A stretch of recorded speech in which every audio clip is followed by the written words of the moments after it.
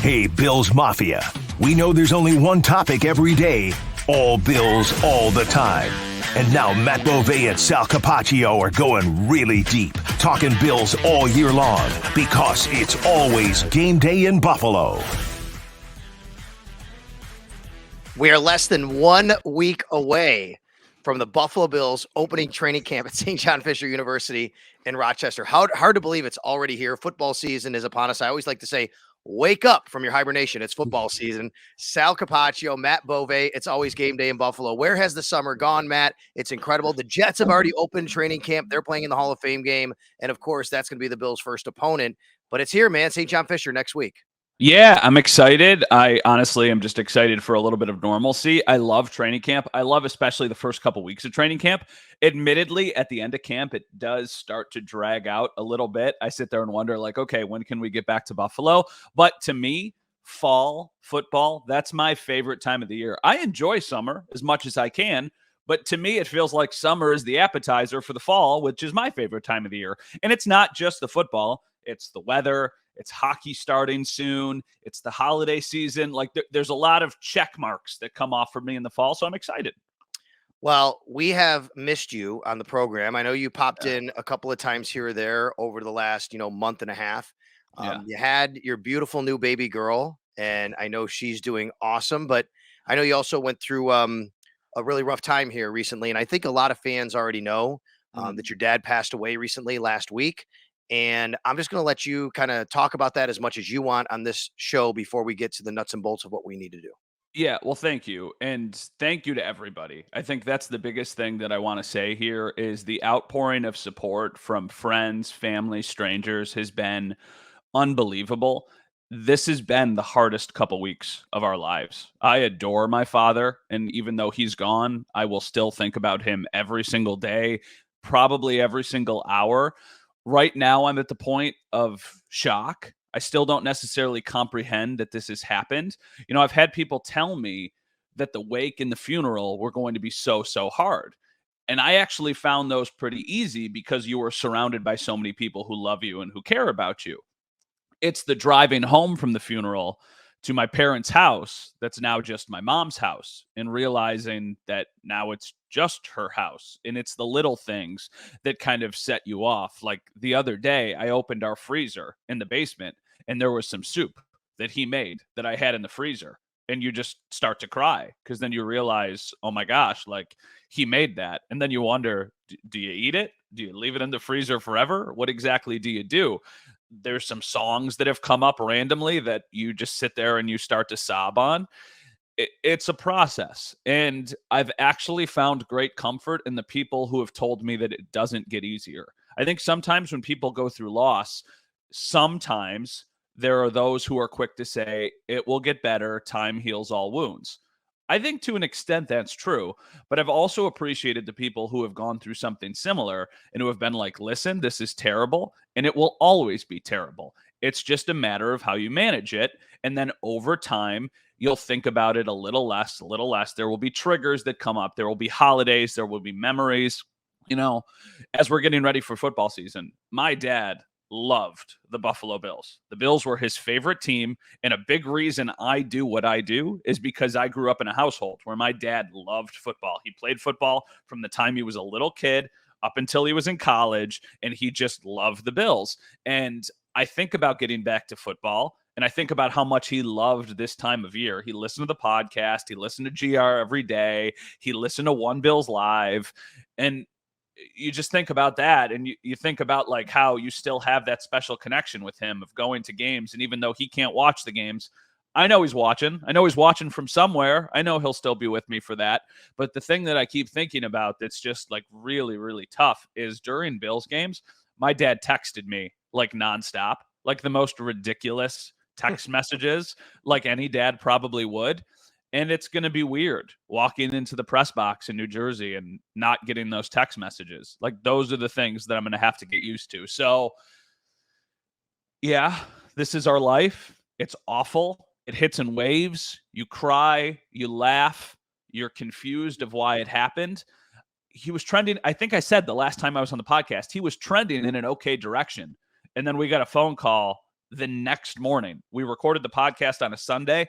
The next morning, I got a phone call that nobody ever wants to get. I rushed to the hospital, and minutes later, we lost him. But I'm rambling. I'm sorry. This is not an easy thing to talk about, but thank you to all of the people who have reached out, to all of the people who have sent messages, to the people who signed the guest book on the obituary, to the people who came to the wake and to the funeral. Like, there were so many people, and that makes you feel so good, because I always knew how special my dad was, but to see everybody else show that outpouring of support just kind of fills you with pride. My dad told us every single day how proud he was of us. And, at the end of the day, there's nothing that makes me prouder than being Jim Beauvais' son.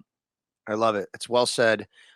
If I may, I think, your dad, my dad, very similar Italian men who just loved on their sons as much as possible. Yeah. And I lost my dad at 19, and it doesn't get easier, I would say, in that regard. It just changes the way you think about it. It's been a long time. I mean, my dad died in 1993, and I will tell you that I still think about him a lot.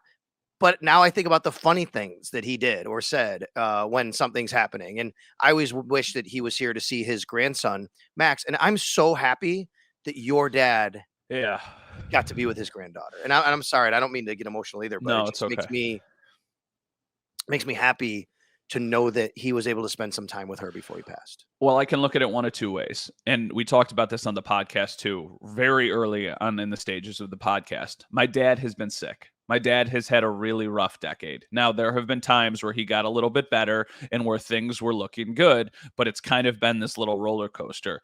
The day before the season in Los Angeles, I knew that my wife and I were expecting a baby. I had not told my parents yet. I think I found out like a week before. I wanted to tell them in person. I wanted to do something special for them. The night before the Bills game, I got a call that my dad had a massive stroke and was in the hospital, and they didn't know if he was going to make it through the night.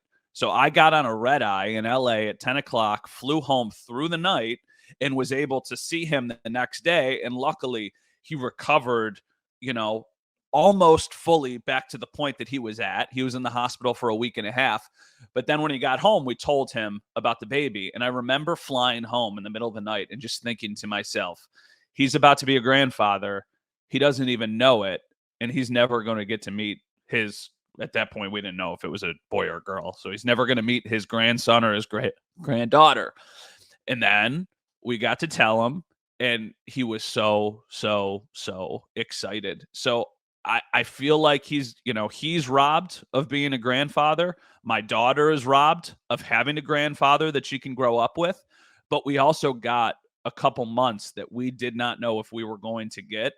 In those moments, there's a video on my phone. I've watched it legitimately probably 100 times in the last couple of days, where he and my mom are on a walk with the baby, and he's just sitting there saying her name and talking to her. And it just, it makes you sob, because now, the one thing I'm so worried about is I can still vividly hear his voice in my head. I'm worried about losing that. I know I won't. And luckily, you've got those messages and voicemails and videos that make that a little bit easier to go back and listen to. But that's the thing. I'm just worried about losing that voice in my head. I met your mom for the first time. How's she doing? She okay? My mom is the strongest person I know. She actually said, we all did the eulogy. My mom, my sister, and I, we all spoke at the mass. And my mom said so many people have told her how strong she is, but my dad was the strong one. And she was just kind of following his lead. Nobody's doing okay, right? And that's totally okay. So that's kind of the thing that we've just kind of accepted. We don't know how we're doing. Somebody told us take it day by day. Even that seems daunting. So we're just trying to take it hour by hour. We're filling the house, friends, family. We're trying to be there as much as we can, but then the sobering reminder of all of this is, you have all of these people who are there to support you. Like, life moves on for everybody else. And then you sit there and you wonder, like, how does your world continue to turn? I remember walking out of the hospital. The day he passed away, we stayed in the hospital. We were there for about 4 or 5 hours. And I remember I rushed to the hospital as fast as I could. I valeted the car just because I needed to get up there right away. And I remember walking downstairs and getting giving my ticket to the valet person and waiting for my car and like looking around and seeing people come and pick up their cars and laughing and having conversations. And it's just like, for everybody else, this is a normal day. But I think that makes you realize that everybody's got a cross to bear. Everybody's got something going on in their lives. You're never going to know what somebody else is going through. And for us, that has been the last couple weeks. You try and find perspective. On the last podcast, we talked about Eddie. He was 8 years old and he passed away. You know, I cannot fathom that, especially now being a parent. I cannot fathom losing a child. So yeah, you look at that perspective. 61 years for my dad, not enough. Wish he was here for 30 more years, but 61 years, he gave us a lifelong of, lessons and memories, and we'll always hold those close to our hearts. And by all means, you can talk more about him if you'd like, but if I may, say we can end on this, because it's super positive to say, listen, in this life, as you're learning and going to learn as you go on as a father, Matt, and I have been learning over the last 10 years with my son, we all say the same thing, which is you just want to make sure that you leave and give them a better world to grow up in, and you raise them the right way that they can handle things on their own and they become good people. Your dad raised a good son. You're a good man, and I know you're proud of him, and no matter what happens, I'm going to tell you that he's going to be always super proud of you watching down, buddy. Thank you. I really appreciate it. And that's one of those things. I appreciate you saying that. And you always wonder, like, oh, are your parents proud of you? Do your parents love you? Like, I never had to wonder. They told me all the time. I don't know if it's, I was very, very, very lucky. And, so thank you to the people who have reached out. Thank you to the staff at Niagara Falls Memorial. That's where he was in the beginning when he first was sick. He was there for about a week and a half, and then he was transferred. That staff was awesome. They took such good care of him. So thank you to them. And just thank you to everybody who has reached out. It's so many cool messages I've gotten from people who went to high school with him, people who worked with him for 30 years. Some of the stories, they're just awesome, and they make you feel good. And now that we've talked about all the sad things, we've got some good stuff to talk about, but there is a cool connection here. So I am from the North Towns, okay? Like, I live currently on Grand Island. Okay. My mom is from the Falls. My dad is from right on the border of Elma and East Aurora. So all my dad's family is in that area, East Aurora, Elma. Hey, wow. My dad was a regular at a certain restaurant that has become very, very popular in the East Aurora area that we now have some fun news with. So I'll let you share that. All right, let's do that here on It's Always Game Day in Buffalo. Sal Capaccio, WGR Sports Radio 550. Matt Bove, WKBW TV Channel 7 Sports Director. Folks, we are taking the show on the road. Let's go, baby. Road trip time, Matthew. I'm excited. We are going to be doing this show right here, recording it. You could see us hanging out at the Bar Bill Tavern location in Rochester during training camp, Monday night, July 31. Around 7 o'clock is when we'll get started. We'll probably show up a little bit early. We're going to hang out with everybody late, but who knows what the night is going to bring. It could bring special guests along the way. It could bring a 2-hour show, a 5-hour show. I don't know. Maybe we're there for 30 minutes and then we just have chicken wings and drink. I don't know what is going to happen, except that you and I are going to be there saying hi to the fans. We want everybody to come out. We want everybody to say hi. It's 1129 Empire Boulevard in Rochester. That is, I just looked, a 9-minute drive from St. John Fisher University, Matt. It's cool because you take the show on the road, and first off, we appreciate anybody who's willing to have us or who thinks that this would be a good idea. We do not need to pretend that we're going somewhere that has like, oh, these wings are so good. Like, Bar Bill are my favorite wings in all of Western New York. The Cajun honey butter barbecue wings are my favorite wing ever. Legitimately ever. So to go do a show at Bar Bill for their new location, a couple minutes away from training camp, and I think it'll be cool because hopefully people come and they want to see and check it out and everything, but it's also a nice opportunity to go try that location. There's so many people in Rochester who have never had Bar Bill wings, and they're like, oh, are these really good? Are they really worth the hype? Now you can go, you can try the wings for yourself. They are worth it. And then you can come say hi to Sal and I, or you can just talk to Sal and I can just hang out in the corner, whatever you prefer. I don't think that'll be happening. We're going to have a good time with whoever shows up. I think that the two of us, we probably will be talking more than the people coming up to talk to us, knowing how much we both love to talk. We hope to see people there. We hope to see you there. Bar Bill Tavern in Rochester, 1129 Empire Boulevard, Monday, July 31. The Bills have a practice Monday morning, and they have a practice Tuesday morning, which is why this works out really well for everyone to be around. We're going to be hanging out. So come on out, say hi to us, watch this show. And like I said, maybe some special guests along the way. All right. Bills had some big news. Yeah. The No day kidding. before we record this, we are sitting here on Thursday morning. On Wednesday afternoon, the news came down that Ron Raccuia and the team have parted ways. Yep. Ron was the COO EVP, I believe, was his official title. Terry Pagula will now step into the role of team president. John Roth comes over as the new EVP COO. He was part of the Sabres organization. He was just brought in not too long ago. It all adds up to a new restructure of the front office. There's some other names in there too that I'll get to in a minute to tell you about. But Matt, I have to be honest, really, really surprising news, especially with the timing for me. Yeah, I mean, what was it, 6 weeks ago? Everything is kind of coming into like the realm of my paternity leave. The paternity leave that I was supposed to be, at home relaxing turned out to be something very different. But my first day of paternity leave was the day of the groundbreaking at the new stadium, which I think was 6 weeks ago. And Ron was like the main person up on the stage. He was the person who was the forefront of the stadium. We have heard from Ron, I don't know, once a month for the last 2 years, probably is a safe bet. I think it started back to when the project was approved at the owners' meetings in West Palm Beach. And then every time we've had a stadium update or really a big team update, Ron has been the person talking. So for this to happen this fast, I don't know what happened. I haven't really looked into too much of it just with everything going on. But this certainly could not have been planned. I mean, that's just my read on everything. They wouldn't have had that man on stage as the point person for their stadium 6 weeks ago and then decide to part ways a month and a half later. That just doesn't make sense. It doesn't make much sense to me either. We haven't heard from any parties involved on this. I will tell you on the WGR side of things, Bulldog reached out to Ron, did not hear back. I have yet to do that because I was on with him that day, so he did that. But nobody has been able to really get any clarification yet on exactly what happened. But I agree with you that it seems like this was something that wasn't necessarily being planned not too long ago. Now Terry Pagula becomes the team president, and John Roth, like I said, is now the new COO EVP. I wonder if that means he's in charge of all of the point stuff on the construction, like you said, the stadium, because to me, that was the thing that Ron was certainly first and foremost the front-facing man on. They're actually doing this, documentary series.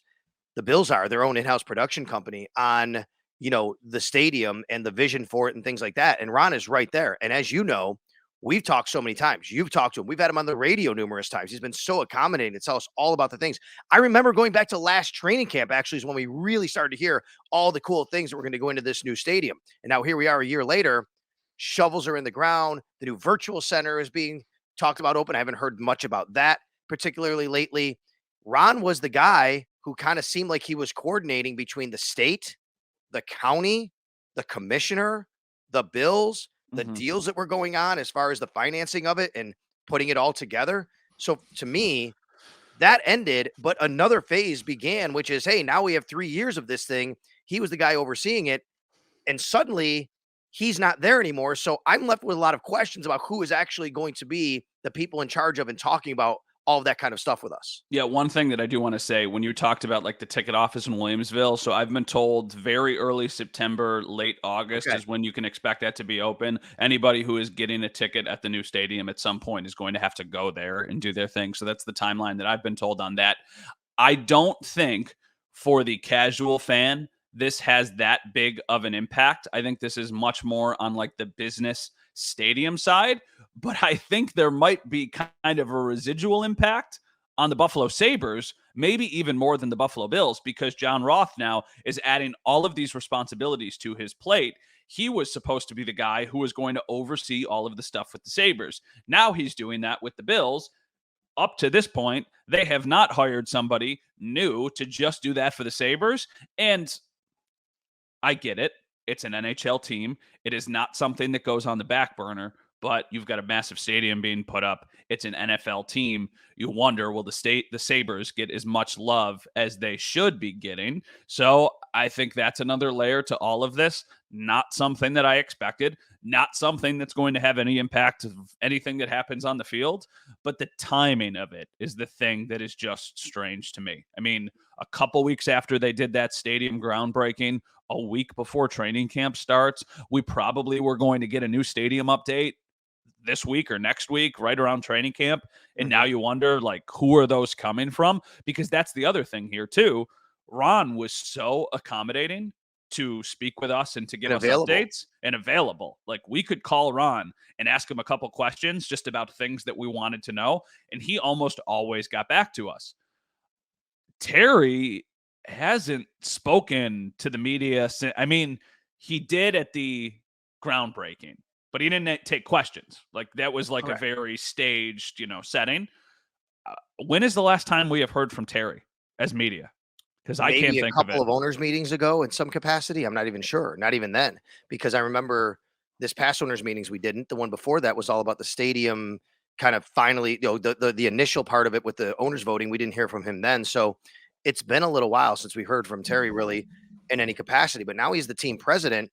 So I would expect president talks. Team president has to talk at some point, right? I mean, it doesn't have to be every day. No, but yeah, we're gonna hear from, and we should hear from Terry Pegula at some point, because that's what happens. The team president speaks about what's happening within the organization.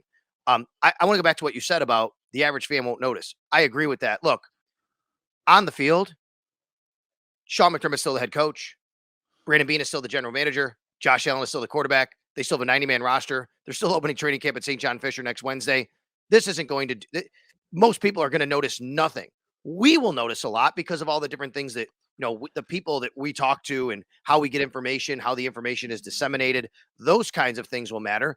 And maybe down the road, there's something that, happens, or someone says something where more fans kind of take stock and take notice of the changes. But that's right. As far as the football team is concerned, Matt, and I would also say this, I don't think Bills fans have any reason to worry that this means the team in any shape or form would be less competitive. The only way that would happen is if Terry Pegula suddenly decided to pull the purse strings and say, I'm not paying, my top players, which we have no evidence whatsoever that he's ever done that or is willing to do that. It's this Terry and Kim, they spend money, and they have spent money, and they're going to continue to do that to put the best roster they can on the field. This also comes, by the way, on the heels of the extensions that Brandon Beane and Sean McDermott got. So if anybody's thinking something is changing within the football structure of the organization, it's not. And in fact, the title of the article at the team's official website says Bills make changes to the business side of the organization. And I think that is to make sure people know nothing's changing with football. Yeah, that's their way of saying, like, okay,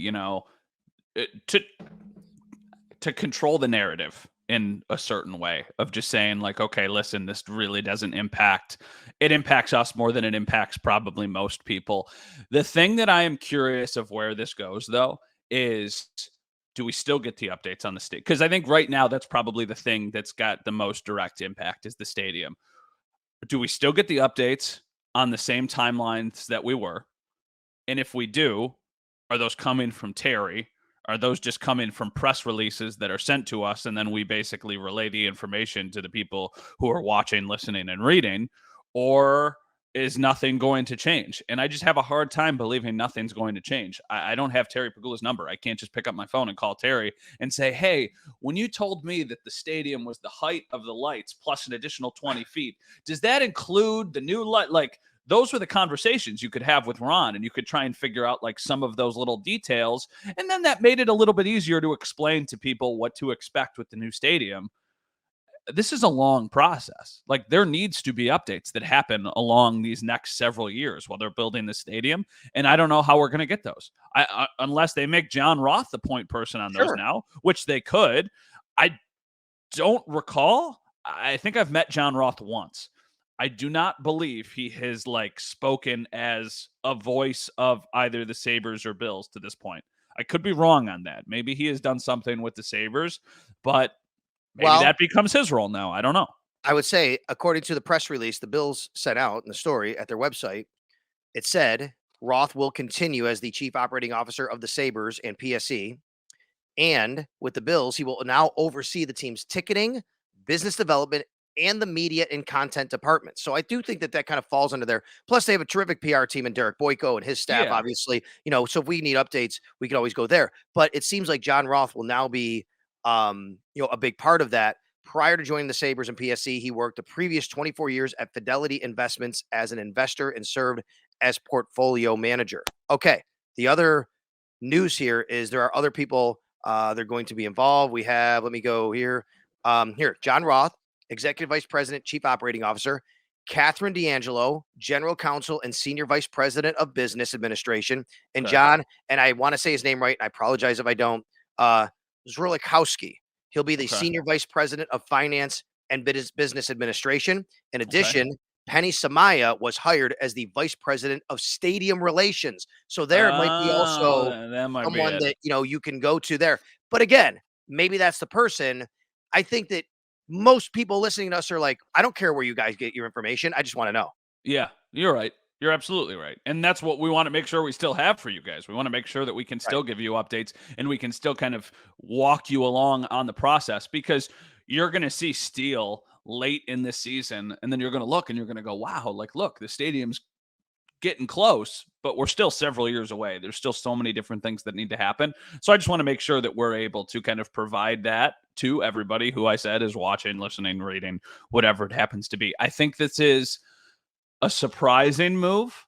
I think it's a head-scratching move, but I don't think it's like a, sound the alarms, this is crazy, or, oh my goodness, what's going on at One Bills Drive? Like, I don't think that's just my read on it. I don't think that any of that stuff is true. July 26th, Wednesday, next week, if you're listening to this in time, the team will open up training camp. And really, on the field, as we just said, not much is going to change. But there are still some things that could change once they get there as far as who's on the field and how often. It's always game day in Buffalo. Sal Capaccio and Matt Bove. All right, Matt, I think there are 3 real, actual, legitimate spots that are open competition on this roster for starters. Okay, you tell me if I'm wrong. Okay. In no particular order. We know middle linebacker is. I mean, the team says it. They're going to have an open competition. Yeah. Cornerback 2. We had that discussion. Mm-hmm. And I think the other one is slot receiver. Yeah. I don't think there's an open competition at guard. I'm not saying Osiris Torrance can't win it by having an incredible camp. Mm-hmm. I don't think that tight end I count, because you're going to have 2 of them anyway. Yep. If you get Dalton Kincaid on the field before Dawson Knox, that's not, to me, meaning he's the starter over Dawson. I think they're going to use both of them. Yeah. If you can find another one, you let me know. But I think slot receiver is the third. I think quarterback is something we got to talk about a little bit. I don't think there was a big argument at slot receiver. I think it's something we've spent not a lot of time talking about, just because so much of their focus will be on Stephon Diggs and it'll be on Gabe Davis. I think it's Deonte Hardy's jobs to lose. Like, they gave Deonte Hardy big money. Not big money, but like kind of big money. Medium money. They gave Deonte Hardy medium money to come in here and to make an impact. And if you look at his numbers and his production when he's healthy, he is a productive player. He can be a difference maker. I think I don't know what their base offense is going to be, right? Like, going into last season, I think we would have been pretty comfortable saying the Bills are going to spend a lot of time with 3 wide receivers, a tight end, and a running back on the field. That's going to kind of be their base offense. This year, I don't know if their base offense is 12 personnel. I don't know if it's 11 personnel. Like, I don't know what they're going to do.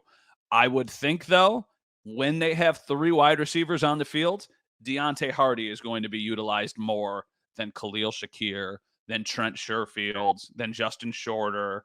Am I forgetting anybody? I don't know. Probably, but I want to make the point here that we're not dismissing how much Dalton Kincaid's going to be in the slot. Yes, I think like a lot. He's going to be the slot receiver who's a tight end in 12 personnel. Yes. What we're talking about here is we know the 2 outside starters. We know that's going to be Stephon Diggs and Gabe Davis. All right. Mm-hmm. I would say Justin Shorter's an outside guy, right? I don't think he's going to be factoring in the slot.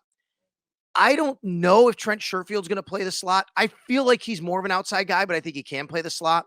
So I'll kind of put him in there. What we're talking about here is when they have 3 wide receivers on the field, who's the third guy in the slot in between Gabe Davis and Stephon Diggs? And I agree with you that I think Deonte Hardy has a legitimate shot here. And to me, it comes down to really Shakir against Hardy more than anything.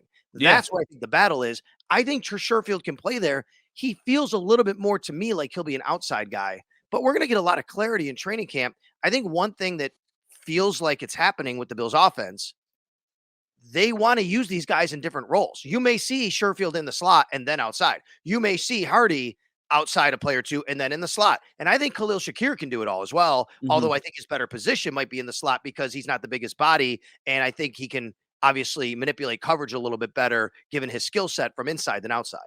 I was told once years ago when I started covering training camp, so it was probably like 9 years ago, that you can almost never take anything away from running backs during training camp, and wide receivers are almost always the position that pop. And I think that there's been kind of some just really good evidence of that over the last couple of years. Last year, I remember going to training camp and Isaiah McKenzie popped. We spent a lot of time talking about Isaiah McKenzie, and then he got the opportunity. But in that first game, the ball hits his hand, it goes up in the air, they get intercepted. And then it feels like after that, maybe he lost a little bit of the trust that he had and it just continued to go down. I think wide receiver is the position that we learn a lot about at training camp, and we will soon.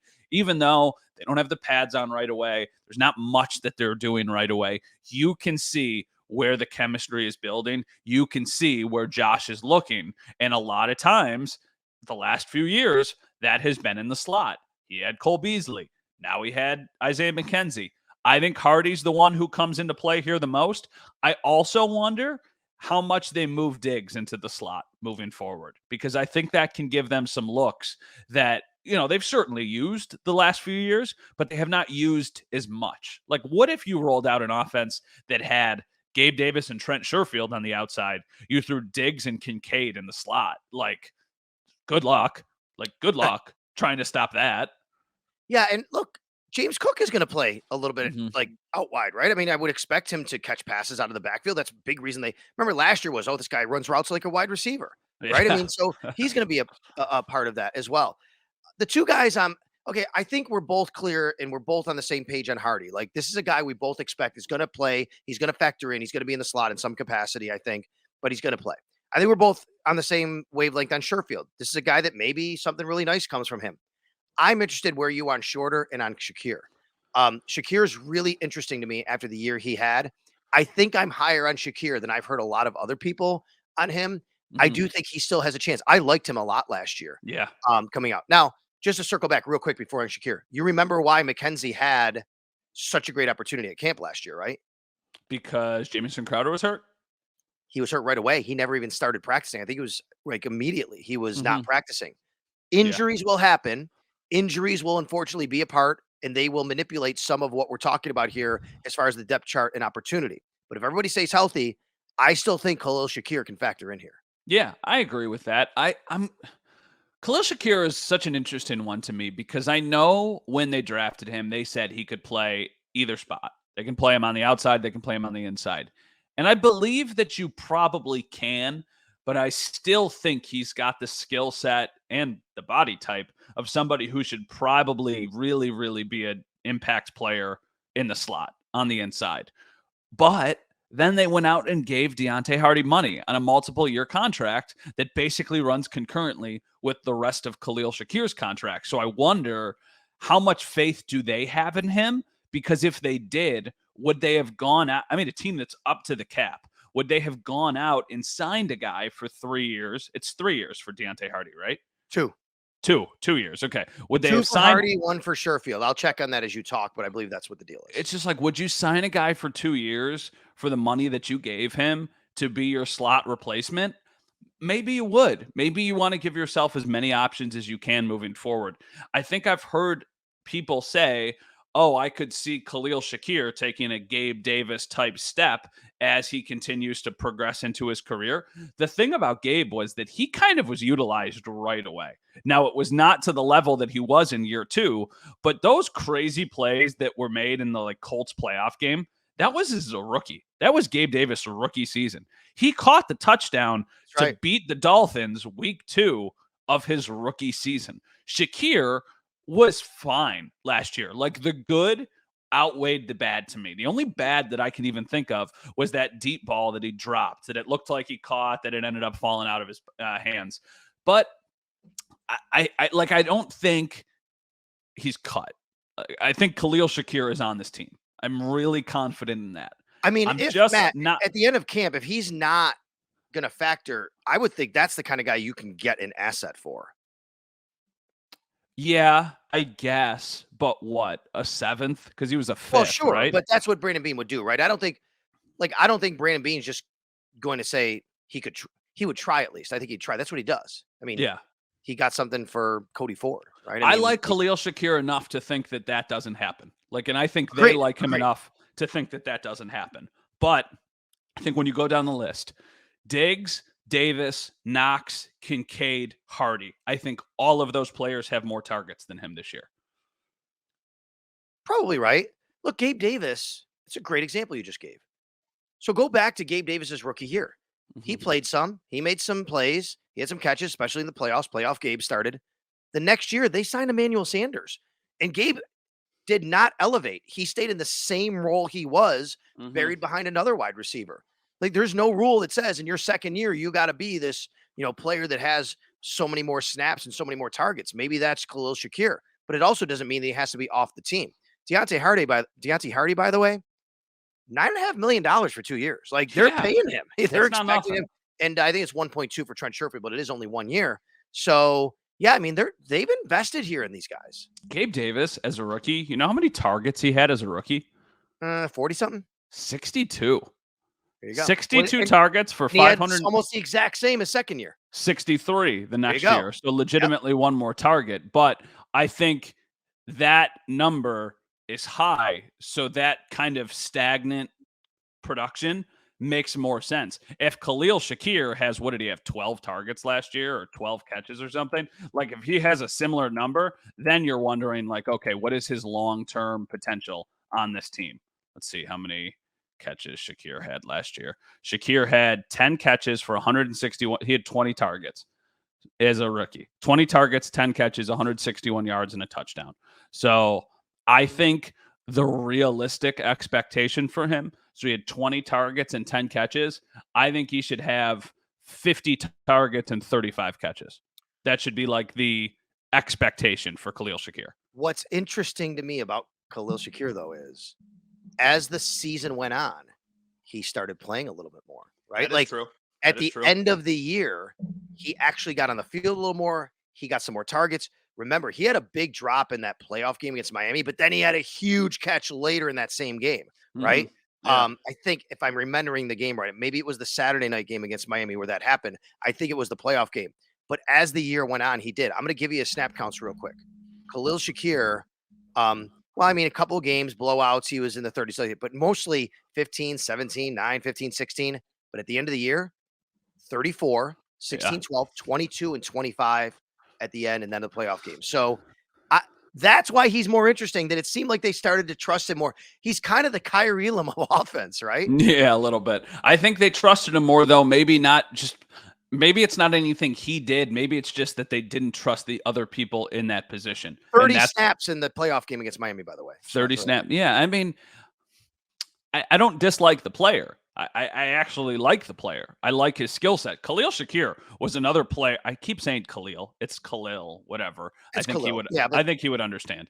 Yeah. He was a player that really popped during training camp last year. We talked about Shakir a lot at training camp. So there's going to be another person who pops this year. Maybe it's him again. Maybe it's Hardy. I just think given the money that they gave Hardy and given his past production in the NFL, I think he has a bigger role on this team than maybe some people are projecting. All right, Matt. Anything else you want to wrap up on this? Is there anybody on the roster on the depth chart that you think could even factor in that we haven't talked about here? I mean, Desmond Patman, Keyshawn Johnson, not that one. Keyshawn, he came last year to the team, actually. Yeah. Isaiah Coulter, Brian Thompson, Terrell Shavers, Marcel Aitman, and Jalen Wayne, who, by the way, is the cousin or nephew? Reggie Wayne's nephew, I believe. Reggie Wayne. As far as the receivers are concerned, not really. I think they're going to keep Diggs, Davis, Hardy, Sherfield, Shakir, and Shorter. I think those are going to be the 6 guys that make the team. Do you agree? I'm on the fence on Shorter. I think if you I pin me down right now, I says he makes it. He's your Jay Kumaro who plays special teams. Yeah. But I could see them keeping 5 if there's enough guys around the roster at other spots where they feel that they don't have to do that. And then he's a practice squad guy who maybe gets elevated a couple times if they need it. I think the most interesting, now this is much more of like a depth and who makes the team. I would think, agree with you right now, but I'm going to put Shorter on. If I did a 53, I think I'd put Shorter on. I just want to make that clear. I'm not super like entrenched on that. I think the 2 spots that are the most interesting as far as who makes the team and who doesn't are at offensive line and defensive line. There are a lot of names and bodies there Yes. that there will be some decent players who get cut. You wonder, does Boogie Basham have a spot on this team? AJ Epinesa? Does Shaq Lawson, like you brought him back? Is Jordan Phillips an absolute lock that he makes the team? You brought in Puna Fort. Like, these are now the questions that we have to think about, because so many, especially in the defensive line, besides Ed Oliver, all of those guys are under contract for just one more season. So you're really not projecting at this point. At that position, you are putting together the best guys that help you right now, and they're going to have some difficult decisions that they have to make. Also, what's going to happen with Von Miller? Like, is Von Miller going to be placed on the PUP list right away? Or are they going to give us some update that, like, hey, maybe he'll be okay? Do you remember? What did they do? Go ahead. I apologize. I didn't mean to interrupt you. You're fine. I fully believe Von will start training camp on PUP. I don't think he's going to. He even indicated like by the end of camp, he'd like to get some reps. Well, that means he won't start getting reps early in camp, which means he'll start on PUP. That's what I fully expect. Just like the Jets just did with Breece Hall. Yes. But yet everything we keep hearing is Breece Hall is going to be ready week 1, but they started him on PUP to start training camp. Was Trey on PUP to start last year, training camp? Yes. Okay. Yes. So. And he stayed there. Until what week? I can't remember. Well, it's only a 4-week deal. Okay. And then I don't think they took him off PUP for a couple more weeks, but then he didn't come back. You know what I mean? Like you, at some point after 4 weeks, you can go back, or you can just stay on PUP. But once you go back, you have 2 weeks to actually play in a game. Yeah. Let me ask you this. This is completely speculation from both of us. When do you think Von Miller plays? Let me look at the schedule. I'm going to guess week 6. Okay. I was going to say like week 5, somewhere in that range. The only reason I didn't say 5 is London, isn't it? Yeah, it is London. That's the only reason I didn't say it. I actually, only because I think long trip out there. It is grass. Kind of stadium, field. Let's make sure we have them in our environment, that we're all set on this. I think it is grass, though. Wembley. It is. Or not it Wembley, is. It's also Tottenham. a new field. Like, it's a new environment you've never played on before, right? That's true. That's true. And I don't know. Maybe I'm reading too much into it. I just feel like having him at your facility with everything you are comfortable with and he is might be the best option.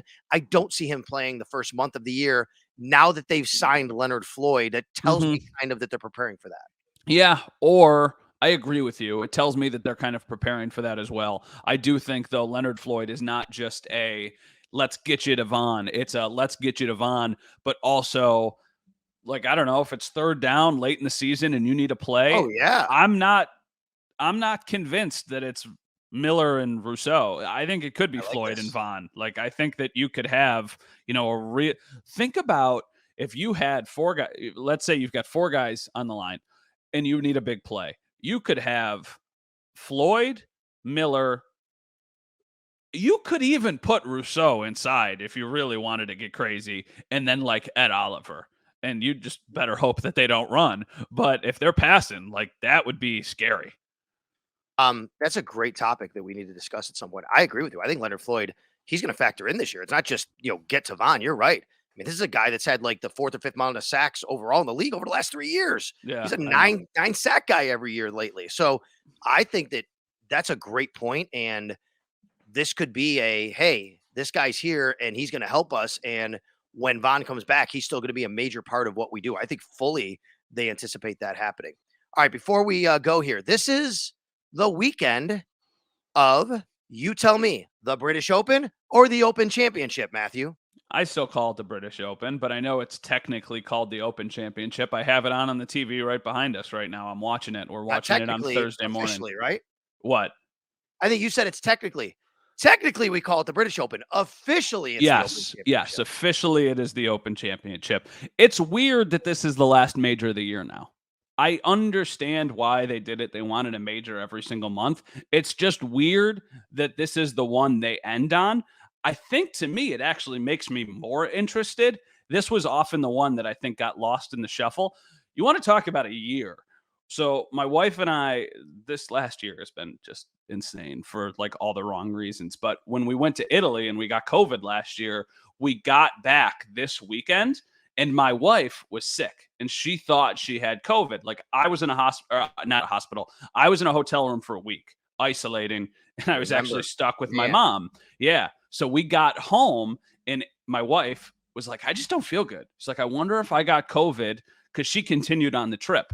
Well, it turns out she was pregnant. So I found out that she was pregnant while watching the Open Championship on my couch. It was not like this big grandiose moment of like, oh my goodness, we're pregnant, we're having a baby. It was her walking downstairs and going, oh my God, we're pregnant. And I'm sitting there watching golf and being like, what? That's how you'll always remember. What is going on? So yeah, so now I think that is what I associate with the Open Championship. Right. So I'm hoping nobody surprises me with that news. I'm kind of good on big news and surprises at this point in my life right now. Well, it's funny you say that. We found out we were pregnant 10 years ago while in Las Vegas. Ooh. And my wife literally just flew to Las Vegas last night. So now it's bringing back memories for me as well. And let's hope that's not the case this weekend while she's out in Las Vegas, that we find out. Stop all these people thinking things they shouldn't be thinking. You know what I mean? All right. Yes. So here's what I want to ask though, real quick. You are a golf guy. Like you respect the game. You play the game. You call it the British Open. So you don't like get offended or correct people if they call it the British Open because you do it. No, not at all. It's like some people do. Okay. I don't. Here's another one that is not, this is a little different, but this is not grammatically correct. What do you call the mall in Cheektowaga? Call the what? What do you call the big mall in Cheektowaga? Correct. Well, I grew up there and I call it the Galleria Mall. Exactly. That is not right because they mean the same thing. So technically the name is officially the name is the Walden Galleria, but everybody calls it the Galleria Mall. Love it. That's totally fine. Like that's what you call it. I don't care. Everybody calls it the British Open. I don't care. I don't care if that's not the official name of it. That's what most people know it by. Well, I gave the example the other day on the radio and I'll say it here.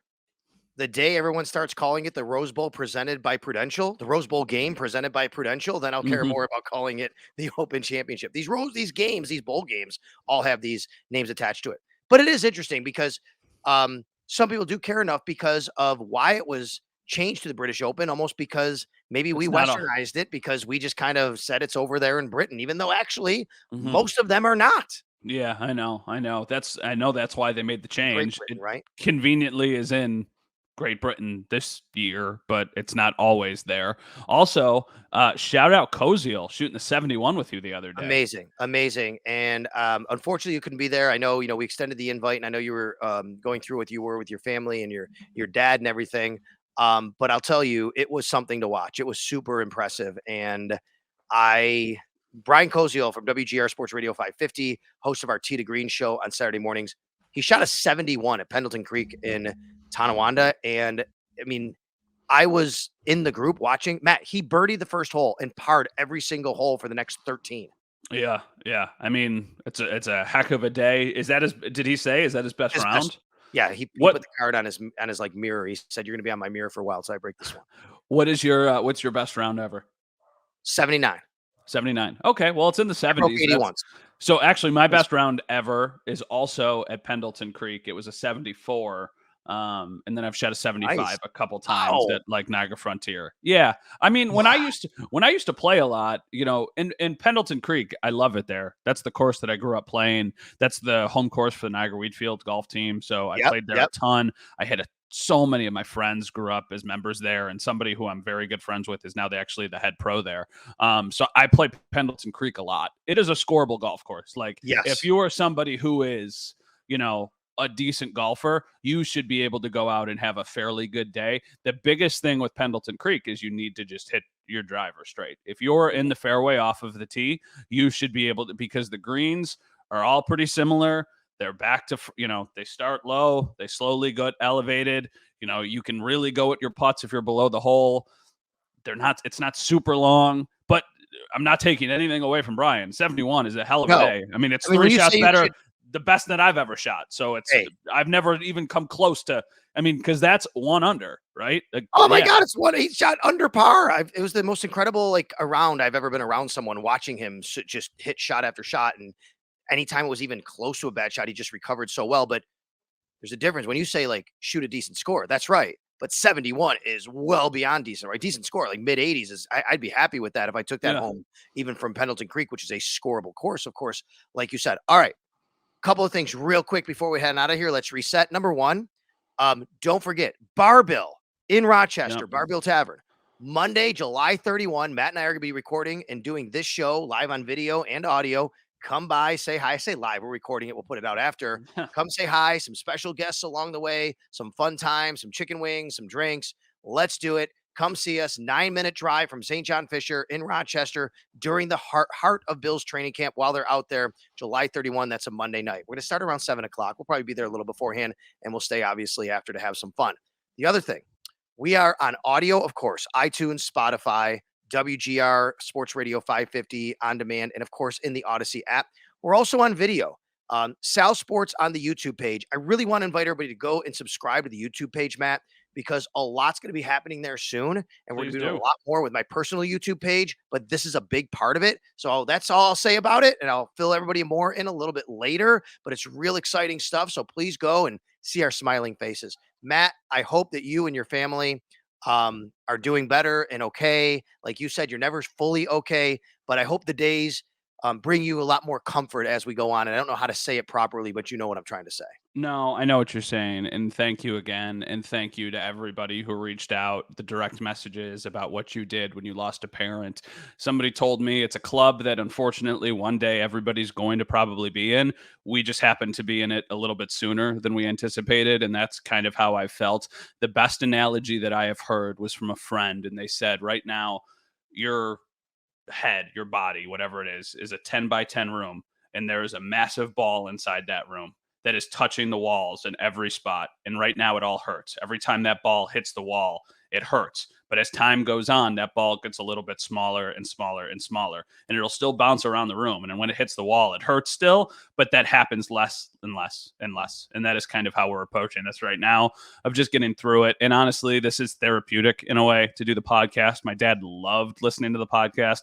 One of the last things we did was listen to the podcast in his hospital room. He was in the hospital for a month. He couldn't just watch TV. So after a while, he was like, hey, throw on a podcast. And then it's weird, listening to a podcast with yourself in it. But he's like, throw on the podcast. I want to listen to the most recent episode. So I put it on and we sat there and we listened to it. And then we listened to a Sabres thing. And so, this has been a nice little return to reality. And I'm looking forward to getting back to work for that reason. But what a year. Just can't believe it's happened. We also want to thank our great producer, Lucas Buckley. Thank you, Lucas. Really nice job. We have more on Lucas as well coming up soon. Lucas is making moves in this world, and we're really, really proud of him. So I don't think we're going to have him very much longer, if I can say so, because that's a good thing for Lucas Buckley. But in the meantime, he's still with us, and we're very happy for that. Thank you, Lucas, for all your hard work. Hope to see everybody July 31st at Bar-Bill in Rochester. In the meantime, we will talk to you the next time, and it's always game day in Buffalo.